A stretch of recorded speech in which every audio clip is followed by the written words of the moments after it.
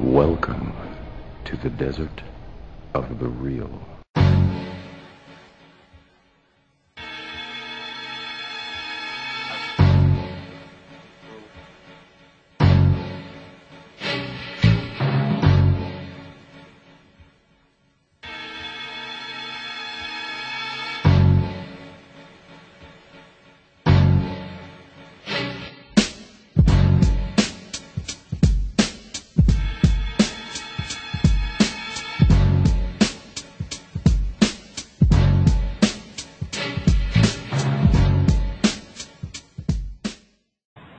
Jesse, this you? Yeah. I've just been listening to the show. I noticed that also before I even begin, hello, nice to hear from you. No problem. How you doing? I'm good. I am good. Yeah, I was listening to the show, and in the chat room there was spats going back and forth. But one thing I pulled from it was someone is still. Like I don't know what the guy's name. I think it was like Jay Bronze or something like that. I forgot the name, but he basically said try building prosperity here. And I asked him, well, is there any prospects left in America? That's pretty much my question to anyone who still holds on to the belief that there's something here. And he said there has to be. He basically sounded like BA, from basically his. Now that dude, Bronze, whatever his name is, he tells me he's an African nationalist. I believe him, but what I would say is this, what you can get out of America is America has a lot of libraries, has a lot of learning institutions, it has a lot of infrastructure.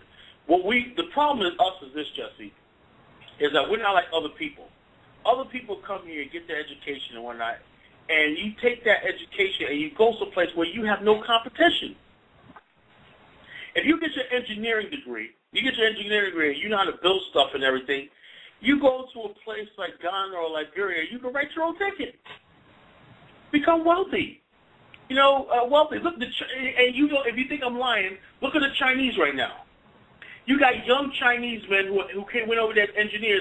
You know what they're doing with their money? And they go, because everything's so cheap, you could buy and get land for freaking pennies on the dollar. Now you got Chinese over there taking their money, buying strip malls, and got restaurants and nightclubs and everything.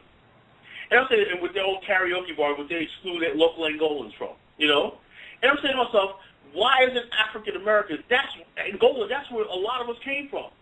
How come we're not participating in engineering projects and everything, taking our money and investing it back into the economies over there and everything, building our own restaurants and bringing our people. Now, and also some of them, the Chinese are not bringing their families over.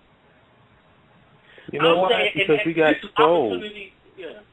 We got trolls, man. You see, a lot of these cats is really disingenuous because when we sit down, me and you actually will talk to anybody. We'll sit down, we'll listen to them, we try to come to some type of commonality with them. But these guys are not interested in that. What they want to be is turds in the punch bowl. That's all they want. Mm-hmm. And they become, and you can expose them when you start, pointing out the contradictions in their stances and saying, because the logical conclusion to all of these people that say, well, we got power right here, we should be doing stuff right here in America. Okay, well, if you want to do things in America, how about build a port that you can control, where you can do trade here in America? Can you do that? What about building an infrastructure in the community where you can control the economic? You know what I'm saying? You heard Devon Bell said the other day. Devon Bell said, look, he's like one of the most educated brothers. Everybody listen to that show, please listen to that show, Thursday night show with Devon Bell. He just dropped it, And he said like this, he goes like this, with the Onyx Stock Exchange, and we're basically negotiating to put the stock exchange on the continent. Because he goes like this, so look, man, you try to build something in America, and Devon's a real sophisticated, educated brother, but he's like us, but he don't go say it like we do, right? He goes, man, they'll come shut you down, lock you up in a minute. You try to do anything over here, because you don't control no laws. You control laws. But he goes, on the African continent, he goes, man, Africa got problems because they still got the colonial thing, but he goes, He goes, trust me, we're going to rectify that. And I know Devon Bell. But these guys, these guys who's in this pro-America, we need to do it here.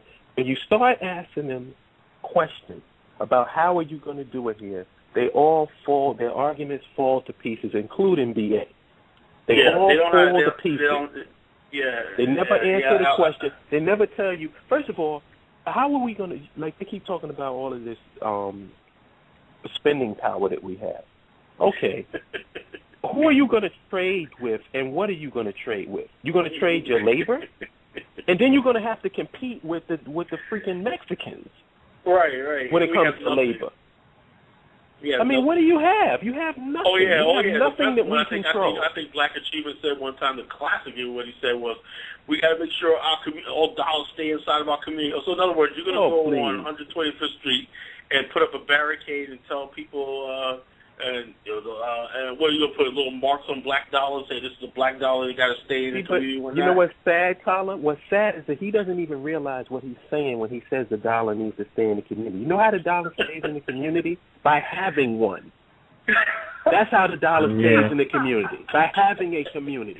We don't have because when people live in the community, we ain't got no community, man. Yeah, when people live in the community and they reside there and they take care of it, they spend their money there.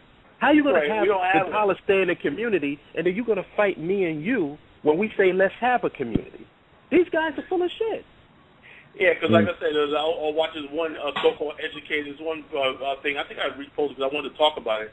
These so-called educated roundtable brothers talking about, you know these people that always basically they say stuff we already freaking know. He said the black dollar leaves the community once. I'm like, so in other words, you did a whole video and you have a roundtable, so just tell us stuff we already know. A roundtable of talking points. You have to the black dollar don't stay in the black community. First of all, like you just said it for me, brother. What community? What freaking community anymore? What community? You go there and they say, let me give you an example.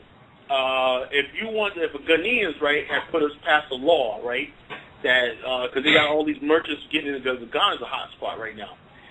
All these merchants from all over the world want to get into Ghana, right?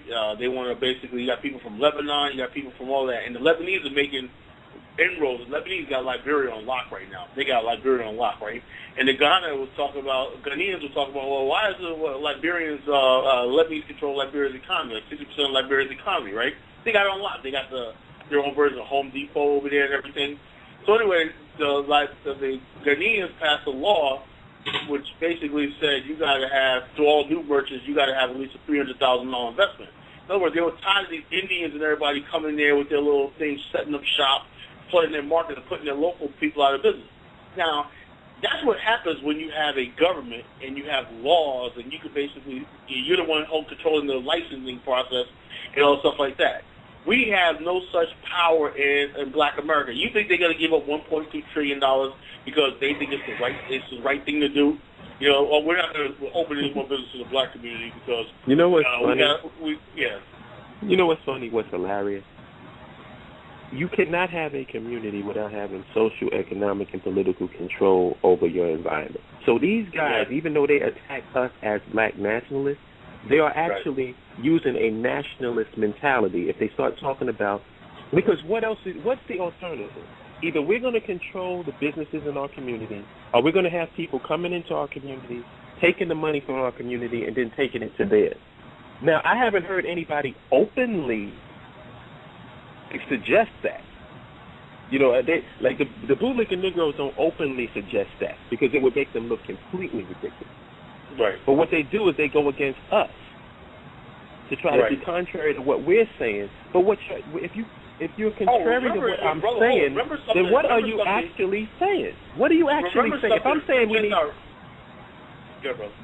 if I'm saying that we actually need to have a social, economic, and political infrastructure, and you're going against me, then obviously what you're saying is that we don't. Because if you're not saying that, then we're on the same page. Right? Yep. Brother, check this out. Remember something a couple of years ago, they were dead, the NAACP and the integration was dead set against black people having their own businesses. They said they want a colorblind world. They want a world where, remember that? Roy Wilkins and Whitney Young, they said, no, we don't need economic whatever. We said it's all American businesses and everything. We don't need no black businesses. You should be able to shop at downtown at Van Burgers and all stuff like that. That's what they were saying. You know, now they're gonna come with this. Now we're talking about going for the gusto, talking about our independent nation and nation building and stuff like that, investing heavily in these African countries building our own stuff over there. Now they're saying, oh, let's build our communities over here. Well, you had like a whole 2 generations to do that, and you were dead set against that because the Jews, the Jews and everybody else pockets. Can I just say, I want to say something while it's on my mind, because I was thinking about this when you were talking before. Right. There's movements, you notice they have like the Zeitgeist movement, they have the Occupy Wall Street movement, they got the freaking, what's that thing, Anonymous movement. What people got to understand is we can do the same thing. It doesn't require, because what we tend to do is we put the cart before the horse. Like everybody wants to get money from everybody. Oh, black people don't give this and give that. It's not about giving money. It's about, you have to come up with a narrative that people can connect with. And that's how you create that groundswell. You know what I'm saying? To have some kind of common ground. Right. We need to stop begging black people for money and start approaching them ideologically. Start saying, listen, this is what we have to do. This is what's going on, and this is what needs to be done.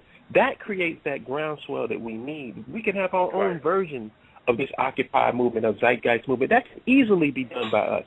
But we got to stop with the tactics that we're using and start winning hearts and minds.